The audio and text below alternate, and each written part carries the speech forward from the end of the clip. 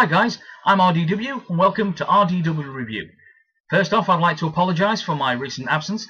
I haven't actually put a review up since my Looper review just over 3 weeks ago now. Now the reason I've been off is I've actually been a little under the weather and I just didn't have the energy or focus to be able to actually do a review. So I do apologise for the last few weeks. Now due to my absence, I've decided to come back with a bit of a double review. I've just actually managed to catch up with some movies, so let's start with the first one, Taken 2. Taken 2 stars Liam Neeson, once again playing Brian Mills, the ex-CIA badass, who in the first film went to rescue his kidnapped daughter. Now Taken 2 is very much kind of the same, except for this time it's himself and his wife who are the ones who are taken, just not taken for very long. The bad guys in this movie are the family members of the kidnappers who Liam Neeson killed in the first Taken movie. Now I like that premise. I think that's actually quite good. We get to actually see the consequences of Liam Neeson's actions from the first film. Liam Neeson over the last few years has started to actually gain some sort of notoriety on the internet, being some sort of badass in movies like Taken, Unknown and The Grey. Is Neeson a badass in Taken 2? Yes, he is. You get more of the same. What I enjoyed about Taken 2 is Liam Neeson himself. The guy's brilliant. I love Liam Neeson. I think he's a great actor, kind of holds back a lot, but in this film, there's exactly what he does in Taken. He just kicks arse. And that's the proper way to say it, English style. Now, along for the ride with Liam Neeson is also Maggie Grace, who plays his daughter. She was the daughter who got kidnapped in the first movie. In Taken 2, she's playing a 19-year-old, even though she's 29. She looks nowhere near 19. Now, Famke Janssen plays Liam Neeson's ex-wife. They all get together for a bit of a break in Istanbul, and that's when things go wrong. Now, Taken 2 is kind of more of the same, it's just not as good as the first one. There are some good action scenes in Taken 2, but it just feels slightly rushed and hobbled together. It's not as well made as the first one. Now, Taken 2 is directed by Olivier Megaton. No, I said Megaton.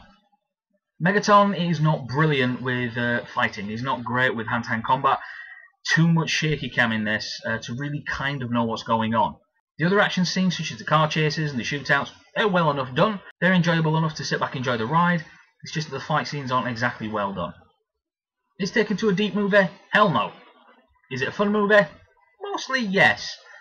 Taken 2, while enjoyable, was a bit of a disappointment.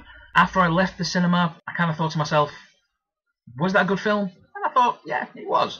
But then as I actually gave it a bit more thought over the space of a day or so, it kind of like fell apart a bit more for me. There are some great moments in Taken 2 where we see Liam Neeson using his training to try and, follow where he's going, trying to work out, listen to the sound effects around him. He also asks his daughter, Maggie Grace, to try and help him over the phone by working out where he is on a map. It's actually quite well done, and I enjoyed that part. However, Taken 2 also has some stupid moments. A bit where Maggie Grace will just throw grenades randomly at Liam Neeson's request, not really looking where they're going to land. That could actually cause some problems. Is Taken 2 a terrible movie? No. Is it a good movie? No. It's just an okay kind of decent flick. It's not one that you really need to rush out to the cinema to see. You can just wait for it to come on Netflix or rental or whatever and just sit back, enjoy yourself, and, watch it with some friends, grab a beer. It's okay. Overall, I give Taken 2 a 2.5 out of 5, which on my scale means decent, average.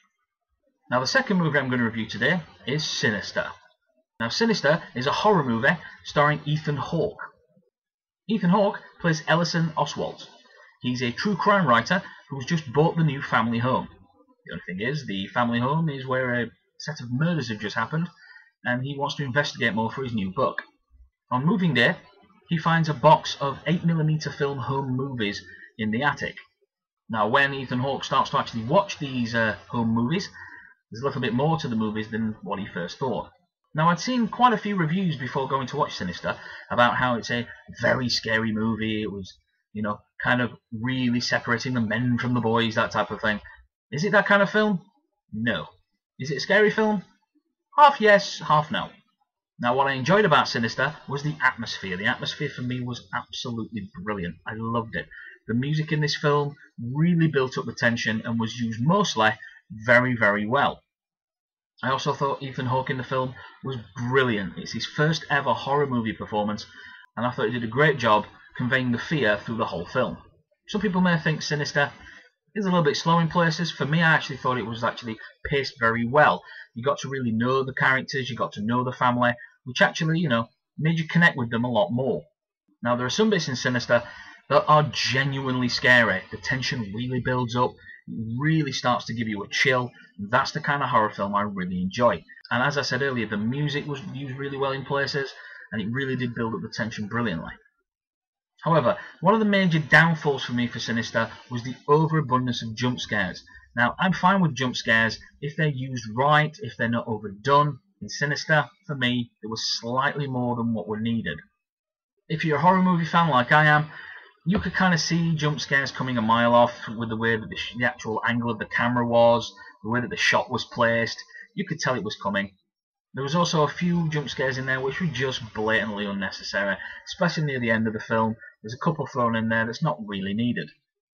However, there are some jump scares in there which genuinely worked. They were done right, and that's actually kind of like a mixed bag for me with Sinister.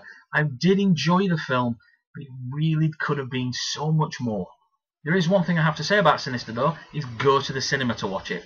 Get the surround sound, get the darkness, get the feel of it, and it's much more enjoyable than I think it will be at home.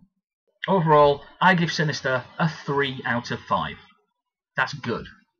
Well guys, thank you very much for watching RDW Review. I'm RDW. If you enjoyed the review, please like, comment, subscribe. I'd like to thank everybody who's actually subscribed while I've been off. And I'll see you next time.